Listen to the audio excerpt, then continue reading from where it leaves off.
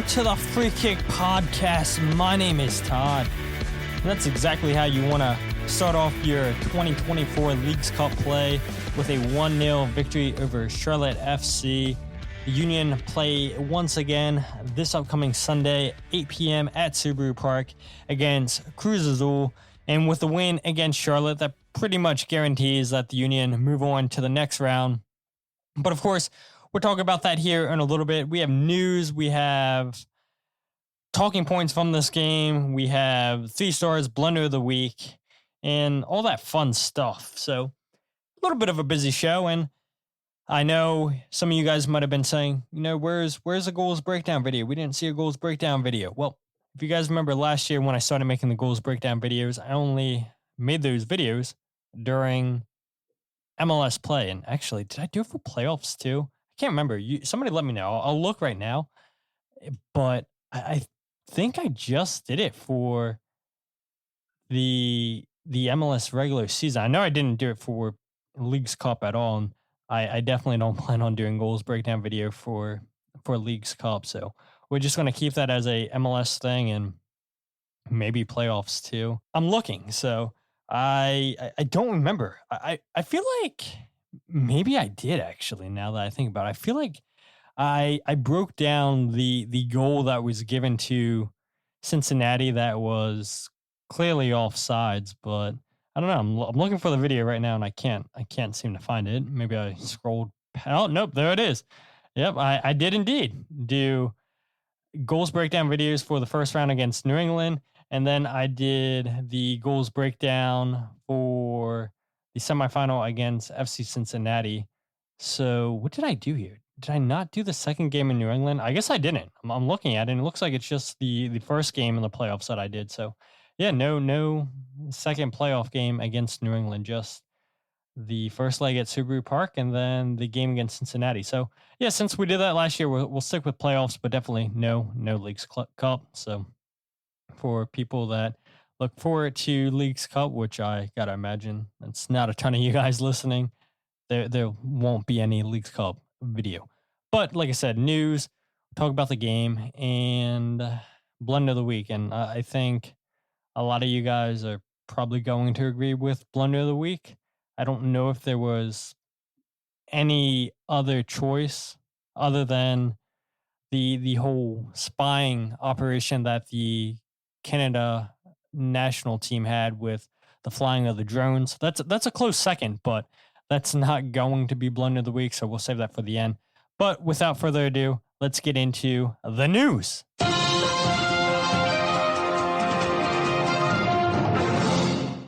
All right, so starting off with LAFC, they are finalizing a deal to sign Nottingham Forest midfielder Lewis O'Brien on loan. And so why does that name sound familiar to some of you guys?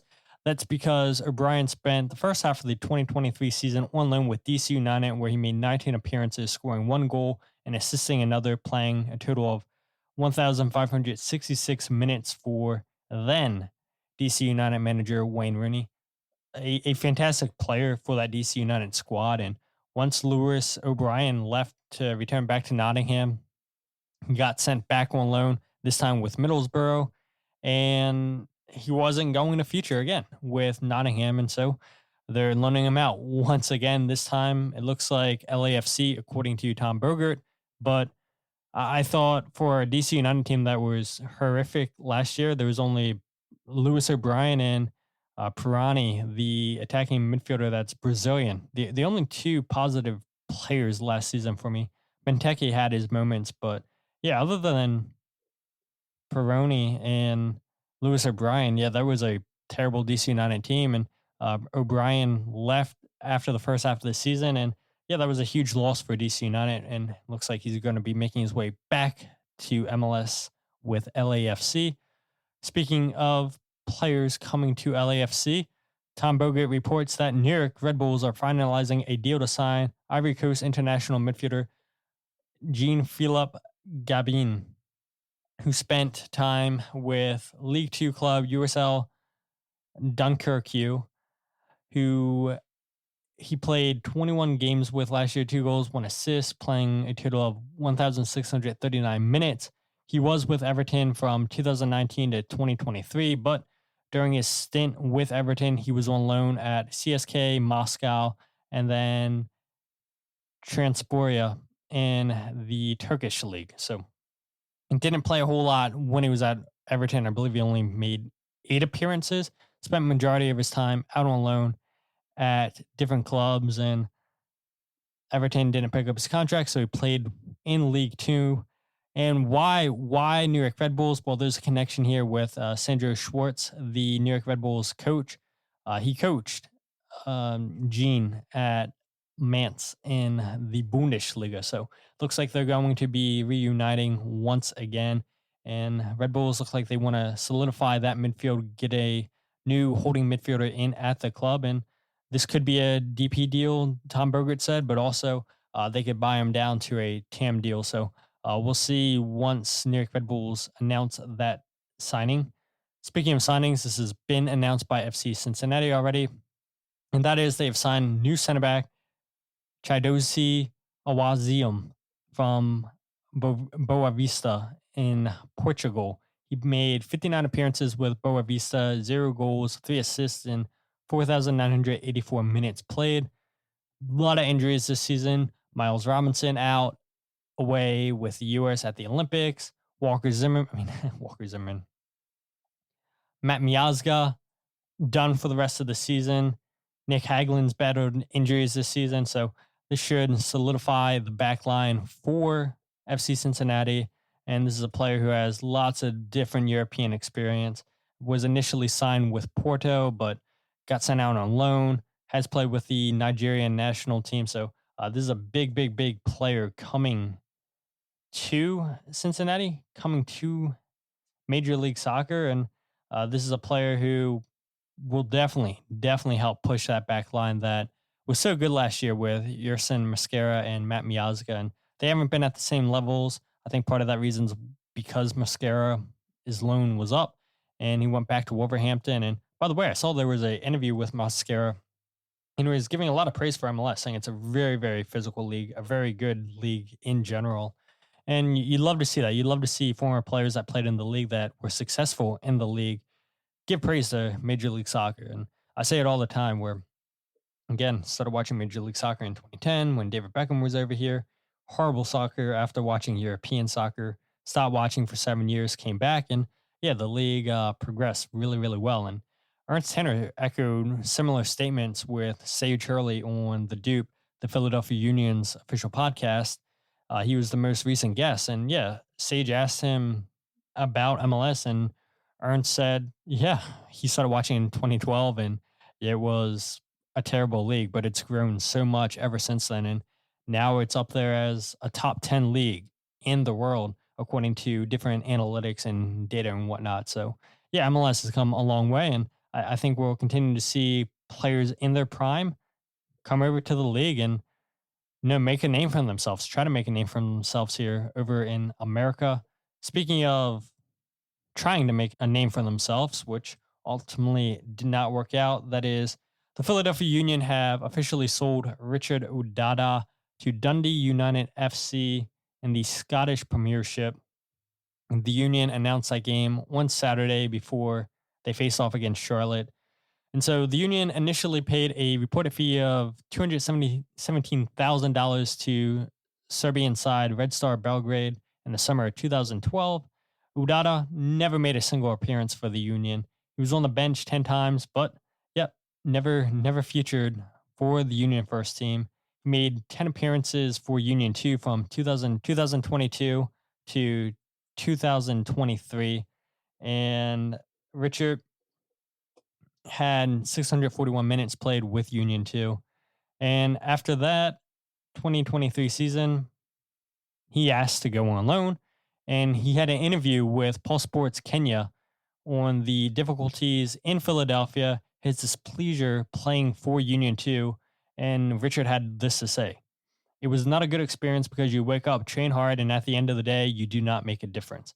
Growing up as a player, the dream was to play regularly. Playing in Next Pro was like featuring in friendly matches because I felt I was good enough to play higher. Sometimes they would bench me, but never play me, and it never made sense. which is why I decided to look for another option that would build me as a player. I do not want to make regrets and make excuses, which is why I went to AABU on loan, as they were offering me regular senior football. And so that's exactly what the Union did. They loaned Richard out in August of 2023 to Aalborg BK in the Danish Superliga.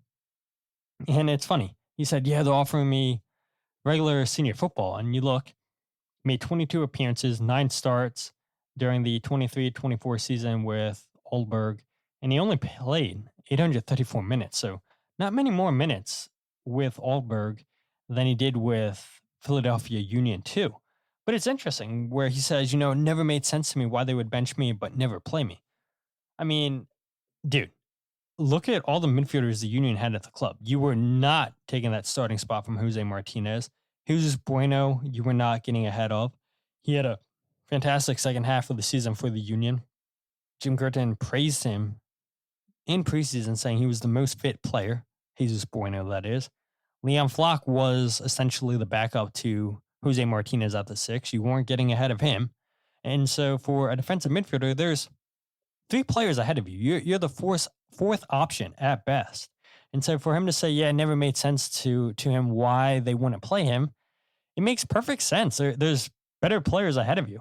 You got to do your time like Jesus Bueno did down in Union too, like a Quinn Sullivan did, like a Nate Harriel did, like Jack McGlynn did. There is plenty of players that have cut their teeth down in Union too that now have got plenty of chances with the first team and now are staples with the first team. And so, yeah, again, it makes no sense to me why Richard would say it makes no sense to him. Like, look at the roster, dude. You were the 4th option at best.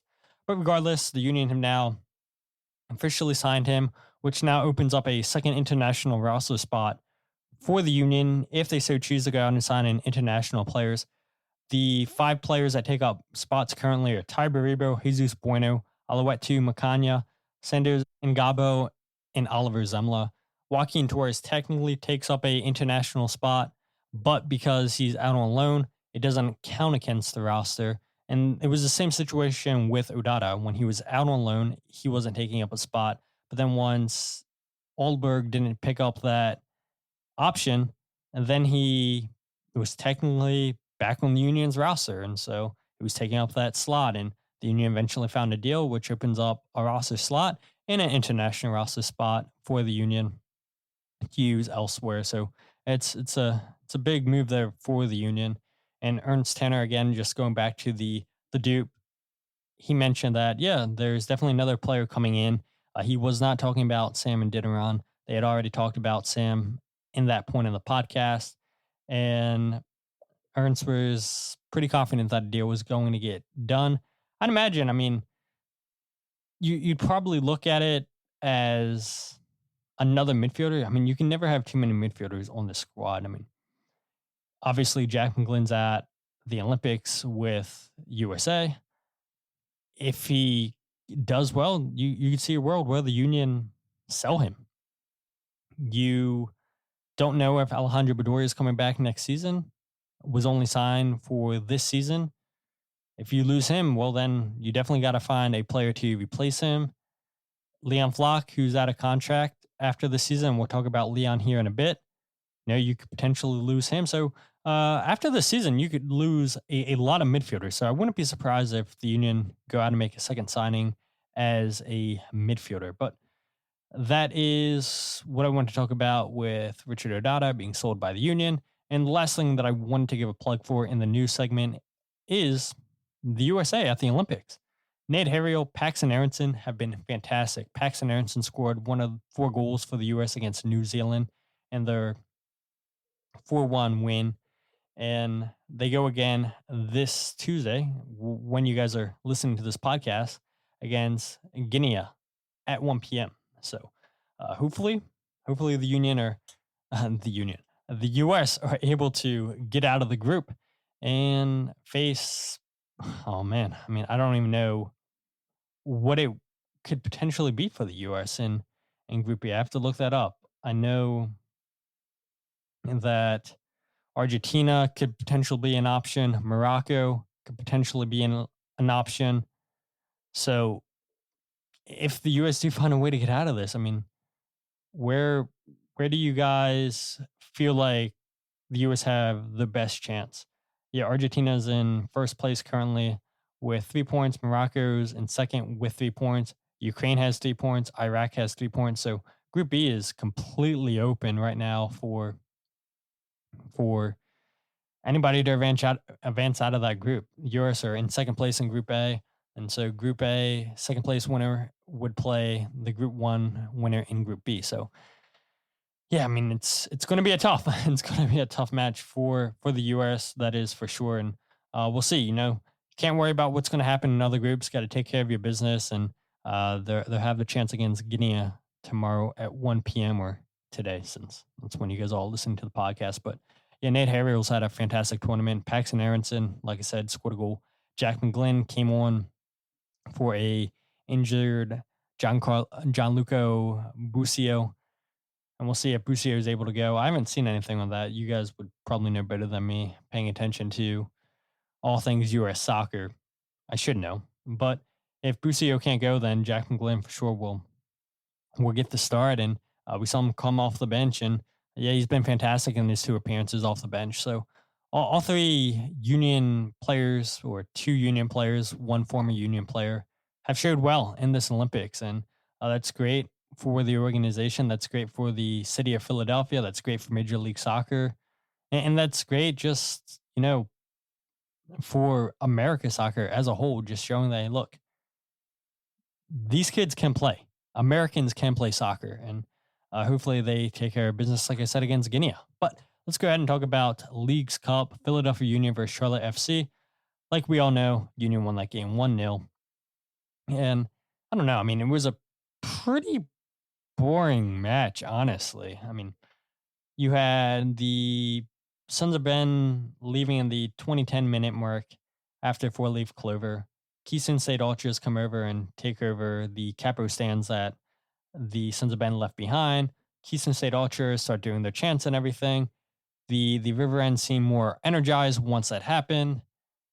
And that pretty much seemed like the only excitement, or the only thing really to pay attention to in this game is, Sons of Ben leaving and Keystone State Ultras coming over, and how much louder the River End got. But if you look at the game itself, these 2 teams are very, very defensive.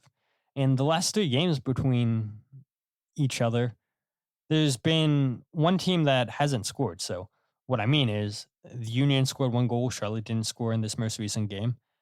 The second most recent game, that was also at Subaru Park, Charlotte won 2-0, so the Union didn't score. And then the first game they played this season down in Charlotte, it was a 0-0 draw. So last 3 games, there's been a team coming away with not scoring. And it continued once again here this past Saturday, where Charlotte just weren't able to put the ball in the back of the net, didn't really test Andre Blake. And we'll talk about the Union's defensive efforts here in a bit. But I think, yes, you look at the score, 1 goal, yeah, not a lot of scoring. But it's not even just that. There is a lot of stoppages in this game, which made it really, really slow. 20 fouls, 10 corners, 41 throw-ins, 10 offsides. Yeah, not good. Not good. Just too much stop and start. And anytime that happens, you're taking away how the game should be played. Teams can't get into a rhythm. There was final passes lacking by both teams, I think, in the final third. And both teams, I would say, canceled each other out. You knew we were going to get tough defense. We've seen that with the Union here the last 3 games. And you can even go back to the New York Red Bulls game where the Union had a clean sheet, 0-0. I know Andre Blake wasn't the goalie there. Andrew Rick was. But the Union, as of late, have been playing much better defensively. And a big part of that is because you get Andre Blake back. And Kalina's been one of the best goalkeepers in MLS this season. That defense for Charlotte have been one of the best. And Jim Curtin says that all the time that these 2 teams meet.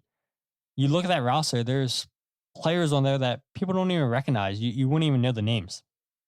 But that doesn't matter. It's kind of how the Union are set up. They do a job. They buy into Dean Smith's system, and they know how to execute the job, get things done. And that's how Charlotte's season's been going. all year long. So it doesn't matter if you guys aren't scoring a ton of goals, defense first. Defense wins championships, they say, right? That's the old cliche. And Charlotte, much, much better defensively this season than they were the last couple years. And yeah, they're a tough team. They're a tough team for the Union to crack, to break down, and they don't give up a ton of chances. 4 out of 14 crosses completed by the Union in this game. You weren't really going across the ball a ton just because of the two center backs that Charlotte have in this match. Are going to head a lot of balls away. So it makes sense just to attack down the middle. It's back-to-back games now that we've seen the Union go through the middle. A lot of great combination plays between Daniel guys like Tai Baribo and Sam Adeniran, who made his first start with the Union, his second appearance since coming over from St. Louis City in that trade. But just really good stuff by the Union, going down the middle of the field. Like I said, great combination play. We saw for the goal, Sam, Daniel, and Ty all connect on this, where you had Sam go into Daniel, Daniel go into Ty, and Ty is able to pull off the center back and put that ball towards the far post, and Kalina can't do anything about it. Just really good, fast combination play by the Union. And we saw that a lot. I mean, the Union tried to attack through the middle, which, to Charlotte's credit, I said it the last time these two teams played, I believe. Well, they have a really, really tough midfield there with Bronico, with Ashley Westwood. I like the two wingers, Vargas and Tavares for Charlotte. Ben Bender, I'm always going to have a soft spot for those Maryland guys. But yeah, Bronico and Westwood, they do such a terrific job protecting that back line of Charlotte. And yeah, made it really, really difficult in this game. I'm going out of order here on my notes, but that's fine. The Union defensively, they were just as solid. I mean, obviously they keep the clean sheet. They limit Charlotte to 7 shots. None of those were on target. And it's funny too. I forgot about this, that with Leagues Cup, you hear from the away team's coach first, and then you bring in Jim Curtin. For people unaware how the press works in MLS, you don't typically hear from the away coach unless you're into Miami, where, yeah, everybody wants to hear from Tata. But in MLS, you never hear from the away coach. But in Leagues Cup, both coaches get the chance to speak. So they brought Dean Smith out first, and yeah, he had some thoughts on the game against the Union. Not an awful lot. That wasn't an MLS game out there. I think that's possibly the worst game I've seen since I've come over to the USA. It was littered with errors from both teams. They deserved to win because they probably got the only shot on target all game. It was just a bad game and not a great advert. We have to take responsibility for that. I just said that to the players in the dressing room. The pitch didn't help. I think they must have had a water shortage here or something. The pitch is, I think I've played on better car parks than that. It was so much better when we played here last time. But it was a bad game. I mean, to his credit, it was a sloppy game. But maybe Dean doesn't know this is how the Union have played for years. Scrappy, hard-nosed defensive soccer. They're not going to make it pretty at times, and it doesn't need to be pretty because they've proven that their way is good enough to get wins. That's why they were in MLS Cup in 2022, because they played fast counterattack soccer. They're going to beat you in the midfield. They're going to high press you, and they're going to force you into mistakes. And yeah, their passing isn't always going to be on point. I can remember, fans just always complaining, yeah, the Union aren't great at passing. But they didn't need to be, and that's not really how the Union are set up to be good passers of the ball. And so Dean comes out and says, yeah, this is the worst soccer I've seen in MLS since I've been here. Well, slight correction, Dean. It's Leagues Cup. It's not MLS. And so maybe, just maybe, the Union approach this game a little bit differently than what they would a MLS match. And don't forget, too, you came into Subaru Park last game 1-2-0. And yes, he's not wrong. The field wasn't great, but I don't think it's as bad as he's making it out to say, saying that he's played on parking lots better than the pitch at Subaru Park. Nah, that's pretty harsh. Because would he have the same tone if his team would have won? I think not. And so I asked Tai Baribo after the game, you guys just heard the quote from Dean Smith said, this is what Dean Smith said to us in the press conference. Do you find that as a compliment with him saying, yeah, that's a bad game because you guys played so hard, nose defensively? What are your thoughts on just Dean Smith basically complaining about the style of play you guys play? I mean, I don't know if it's compliment, I don't know if it's not compliment, I don't care what other coaches, other players, other fans, other press, doesn't matter, say about us. We play our game, and we focus only on ourselves. We won the game, this is the most important thing at the end. You know, when you lose and you stay with the compliments, I mean, this is the worst thing. So we prefer to stay with the point. Yeah, exactly. Why focus on what other people are saying about you? You're gonna continue playing your game. So what? If players, if away fans, if away coaches don't like the way you guys play, if it's effective, if it gets you guys points, if it wins you games, then of course you're going to continue to play it. So I expected nothing less from Tai Baribo in that response, but he's been a player that's been on fire. 4 goals now in his last 3 appearances for the club, 7 goals total. And what a surprise it's been. When we go over the biggest surprises of the season in my season predictions, it's probably going to be Tai Baribo, but maybe it's a little bit harsh to say that he's the biggest surprise just because he wasn't really getting opportunities when Julian Kranza was here. And we didn't really know what the Union had. Yeah, there's rumblings that his training habits weren't great, and that's why he wasn't getting opportunities in matches, but you see it every time he's out on the field. And Jim Curtin says it pretty much every press conference now that he's the player that's working hardest off the ball, winning that ball back. And that's exactly what Julian Kranza was doing. And it looks like you have a like for like replacement for Julian Kranza, which, was the whole idea why Ernst Tanner brought Tai Baribo to the club last season, because they were anticipating a potential sale of Julian Kranza, and they go out and bring in Tai Baribo. And obviously a sale doesn't happen, but now Tai gets a chance to start, and it's like, oh my God, this is exactly what Ernst Tanner saw. This is the player that Ernst Tanner saw from the beginning. This is why they brought him in. And he's been fantastic. He's been fantastic in every single opportunity that he's been given to start matches this season.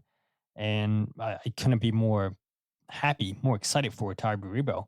But going back to the Union limiting Charlotte to only 7 shots, none of them on target, Jim Curtin shared his thoughts after the game, and this is what he had to say. Yeah, look, I think that, I said it to the guys before the game. This is a competition that we had a positive run in last year. The first game always sets the tone for a tournament when you're in a tournament like this.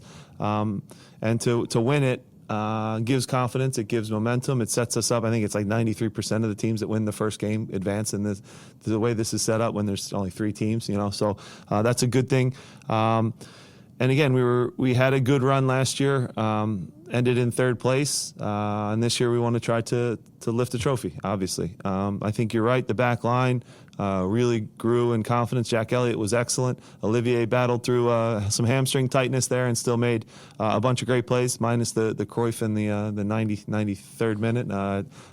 We'll talk about that at that point, just put it up the field. But he played really well, made some big plays defensively. Whole back line, Jacob, very good. Jose protecting the center backs. Kai is quietly playing, at his highest level too over the last several weeks. So proud of the group. And again, I will continue to say, and I hope you guys keep hearing me, Andre gives confidence to the whole group, and we missed him for 20-plus games. Yeah, so I forgot that I clipped that. Jim Curtin talked about the Cruyff turn by Olivier Bizo there in the 96th minute, and I am definitely posting this for you guys on social media because you guys probably all forget this. I mean, oh my God. Why, dude? The dying embers of the match, you decide to go for a Cruyff turn. Nobody's around you, and you try to get too fancy with it. Oh my God, Olivier, man, I'll save what I'm about to say for the end. Get your guys' thoughts, because if I say it right now, it might get distracted on you guys. But yeah, I thought Olivier Bizo was fantastic, and I wouldn't say, I was wrong about Olivier Bizo or, my friend Danny Granada from the Better Terrans podcast. He made a shirt that said, "I was wrong, Julian." And basically, on his show, he would call out Julian Gressel for just not being productive offensively like he once was with Vancouver, with Columbus, with Atlanta. And so people were hyping up Julian Gressel to him. He's like, "Yeah, I don't see it. This guy isn't the guy." And so he came up with a shirt, and Julian saw the shirt, and so invited him on his podcast. And I'm not going to go that far. Not going to get a shirt that says, "Sorry, Bizo, I was wrong." It's 3 games. It's 3 games that Olivier's looked good, and I'm hesitant to say that he can continue to play at this consistent level, but it is good. I mean, you see 3 matches in a row, and hopefully that happens against Cruz Azul as well. It's going to be a difficult test. I would argue out of these 4 games, that's going to be the most difficult one, Cruz Azul. And so hopefully Olivier can keep at that level. Jack Elliott, great. Jacob Glesnes, like Jim said, great. Kai Wagner, also great. I mean, defensively. And that's what happens when you bring back Andre Blake. He just instills confidence in that back line, and they were all fantastic on the night. One player that missed out there was Leon Flach, and we didn't get a injury report on Friday before this match from Jim Curtin, so nobody knew that Leon Flach was injured unless you went to the open practice or unless you went as a media member on Friday. You would see that Leon Flach didn't train with the group. And so Jim Curtin gave a Leon Flach injury update. And I also asked about, where do the contract talks stand? Because Leon's contract's up at the end of the season.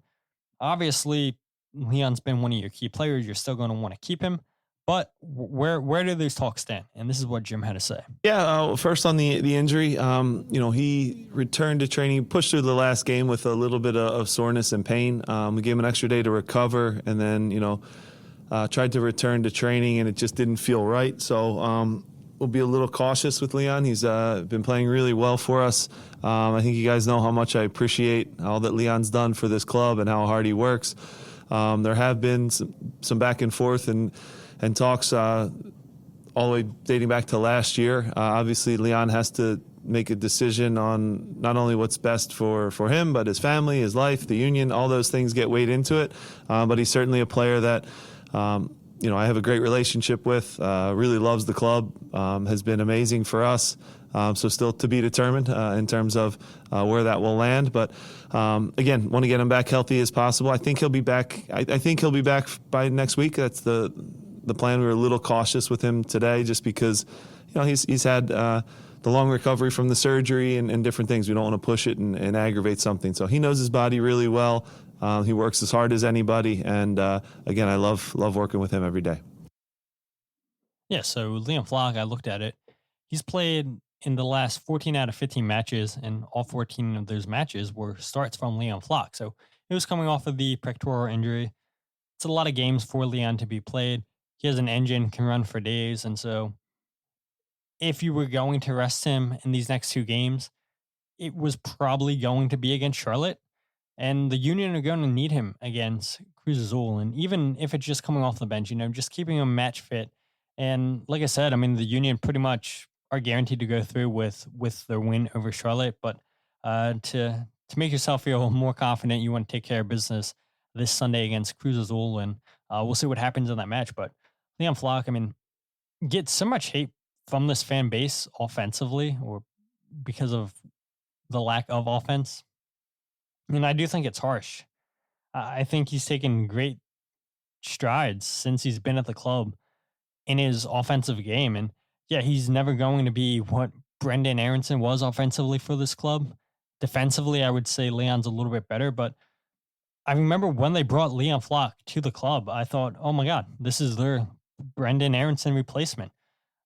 On Football Reference, they used to track pressing numbers and everything. And Leon Flach was the closest player to those numbers that Brendan was producing game after game.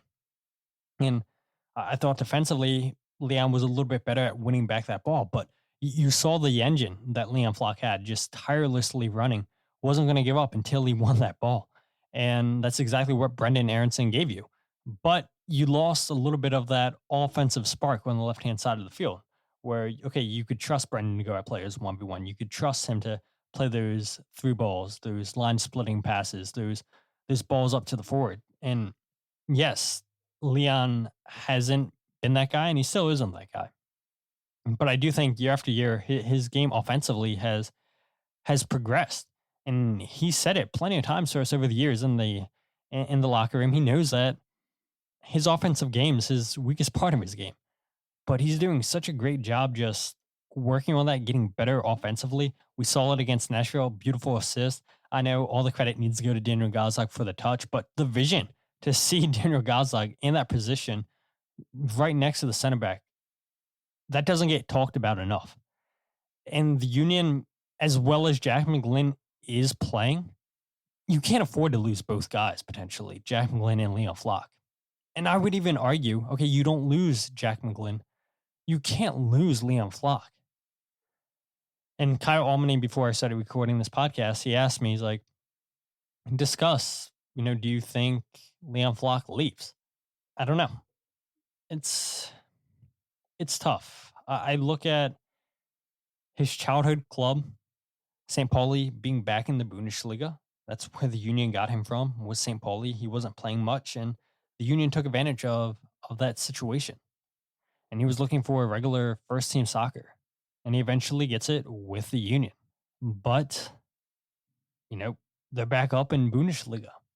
Leon's progressed massively with the club. And I do think he is good enough. He's good enough to go back in Europe and play. Is he good enough at the Bundesliga level? I don't know. He's 23 years old. I mean, he's plenty young to still stay in MLS for another year or two before he makes that jump to Europe. But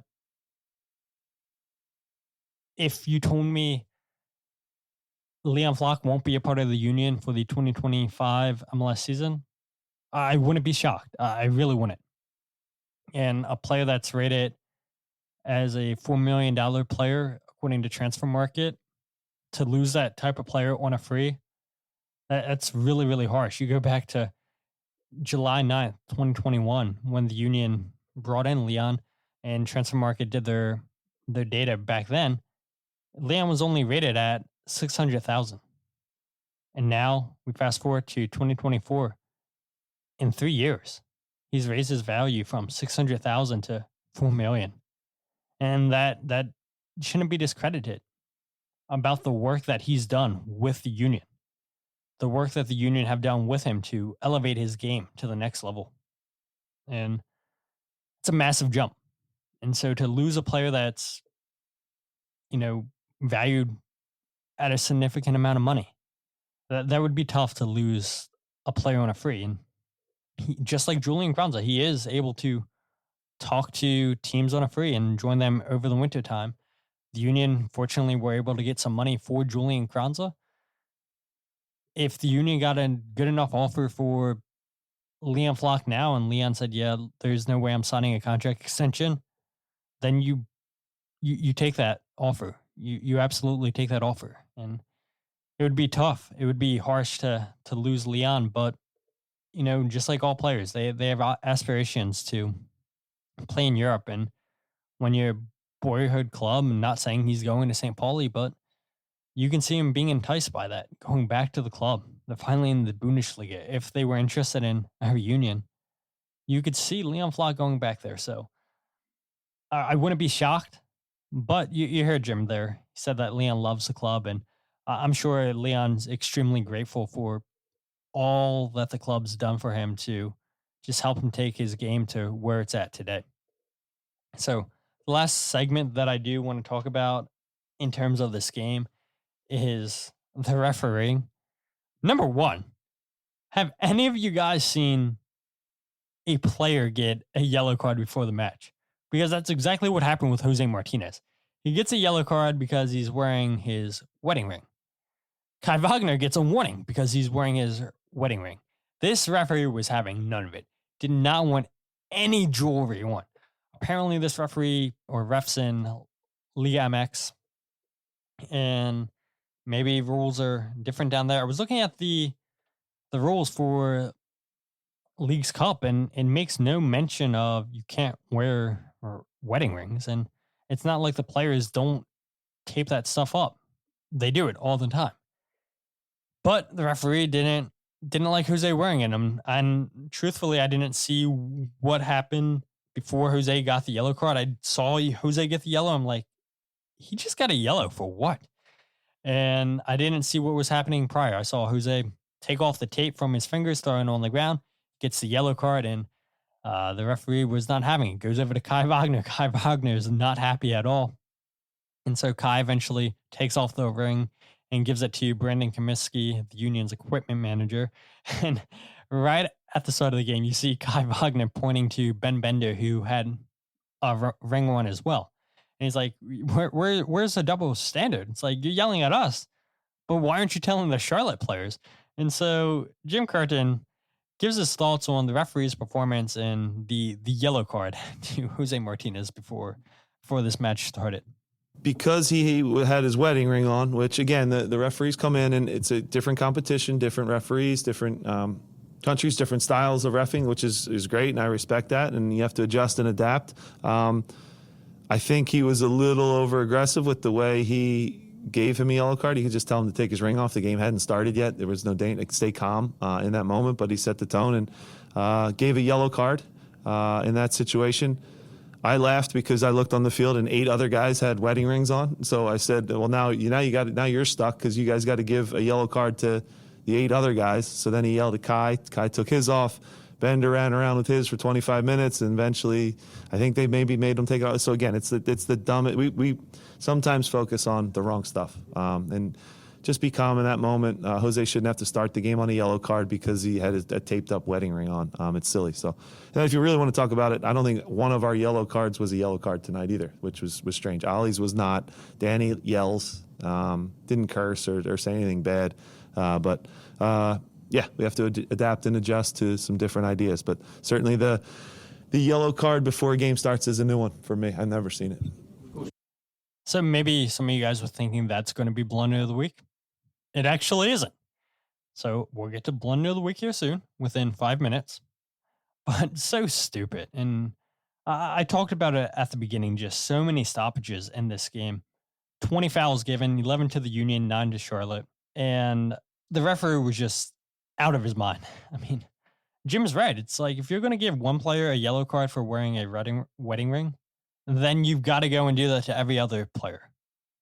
Because if not, then it looks like you're just singling out Jose Martinez. So I was looking at Leagues Cup's rules for the tournament, and a player or member of the technical staff who receives 3 yellow cards through the round of 16 will be suspended for the following match. The yellow cards reset at the beginning of the quarterfinals. So Jose Martinez, Alejandro Bedoya, and Daniel Gazlag. Is that the other player for the Union who has a yellow card? All 3 of those guys have yellow cards. Yep. Ale, Daniel, and Jose. So 2 more yellow cards and they would miss out on a match.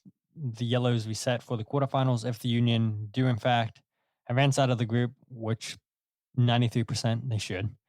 And, well, then they'd be on to the round of 16. But, yeah, so stupid. So stupid for a yellow card given there. And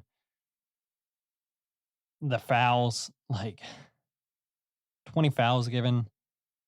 Should we really have stopped the game that much? Like, he called the same amount of fouls. So respect to the referee for that. But all the stoppages, again, 20 fouls, 10 corners, 41 throw-ins, 10 offsides. And I get the throw-ins, the offsides, the corners. The referees have no impact over that. Well, maybe offsides a little bit, but if you're offside, you're offsides. But the 20 fouls, yeah, that's a lot. So, yeah, the refereeing wasn't great this game, and I think that's what made this game pretty boring. But let's go ahead and talk about 3 stars quickly. Number 3 on the night, Jack Elliott. Fantastic performance for Jack, and Jack continues to show why he's been the Union's best center back this season. 1 out of 1 tackles won, 2 blocks, 5 clearances, 4 headed clearances, A lot of crosses played in this game by Charlotte. That's why I'm highlighting that number right there. And we saw Awaziem take advantage of Jack Elliott last time these two teams met. And Jack Elliott did such a great job to recover from that game and keep Awaziem in line this game, in check this game. Had a nice recovery run too, where there's a great ball played, and I forget who played it, by Charlotte into Awaziem. Elliott does a good job to recover, doesn't allow him to get the shot off with his right foot. Awaziem turns on his left and shot goes off target. Really great defensive work there on that play by Jack Elliott. 4 interceptions and 8 ball recoveries. Number 2 on the night, Jose Martinez. Perfect in tackling the ball. 6 out of 6 tackles won. Fantastic midfield performance by Jose Martinez. And that is just continued back-to-back outstanding performances since he's been back from Copa America with Venezuela. 1 block, 1 interception, 10 ball recoveries, 9 out of 11 ground duels won. And yeah, you can see why. You can see why Jose Martinez says that, no, he wouldn't mind playing in Europe, because he's playing at a level where he would do well in a La Liga. I really do believe he would be fantastic in La Liga, or maybe a mid-table team in the Premier League. Definitely be good in Serie A. There's definitely options for Jose Martinez if the Union did get an offer for him to go play in Europe. And then Tai Baribo, 1 goal. So those are my 3 stars on the night. So you guys are maybe thinking, okay, well, if Blunder of the Week isn't for the referee, if Blunder of the Week isn't for the whole droid scandal with Canada, then that means it can only be one other option. And so Blunder of the Week is going to go to the officials in the Argentina versus Morocco game, where Argentina scores late in this game. There was like 15 minutes of stoppage time in the second half.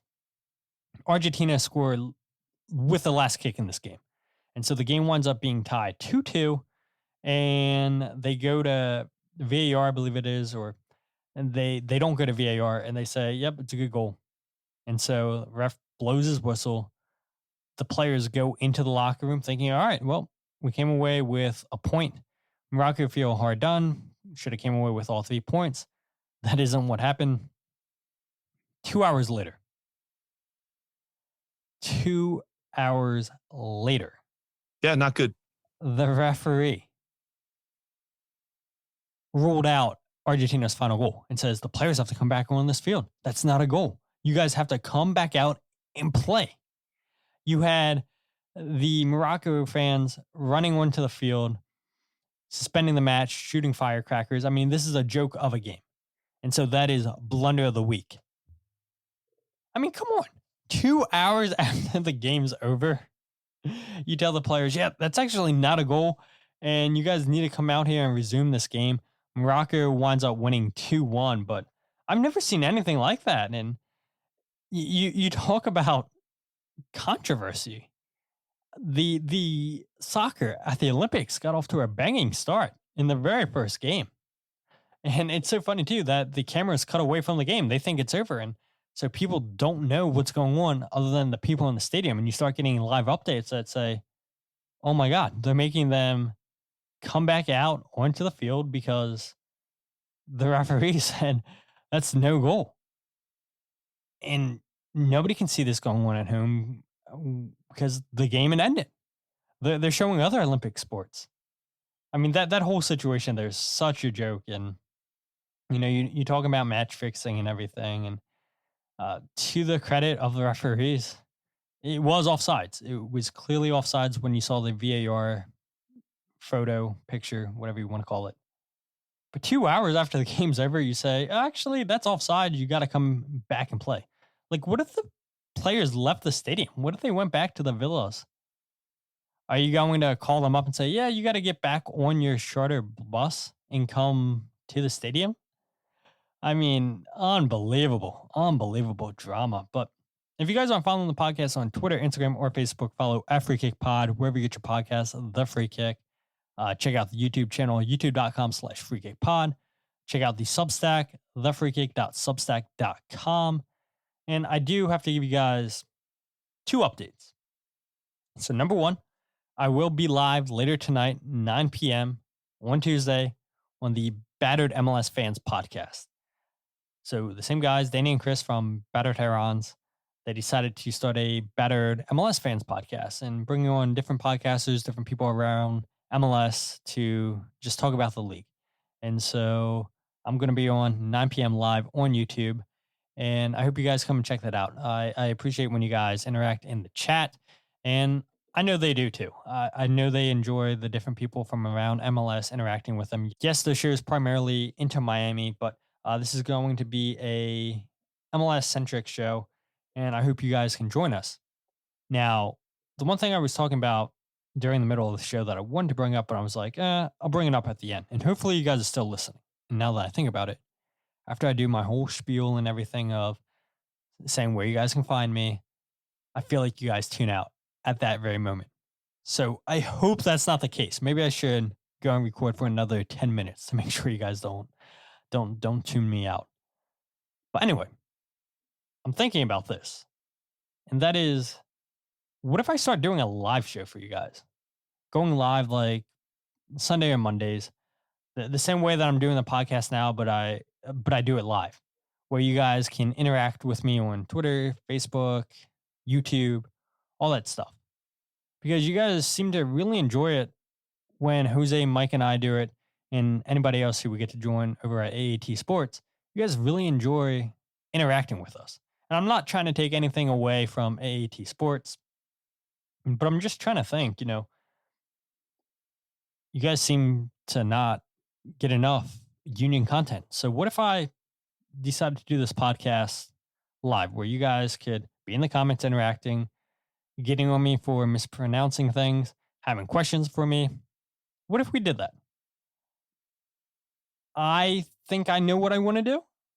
But of course, I want to hear what you guys think. So what if I did live? Obviously, I would still include the show in the podcast feed. That's not going anywhere, but it would just be a live aspect too if people want to tune in live. And I'm sure it'll take away some listener numbers when this gets promoted out on the RSS feed. But I don't know if that's something that you guys want. If you guys want a live show from me, let me know. And that's something I think I would definitely be interested in.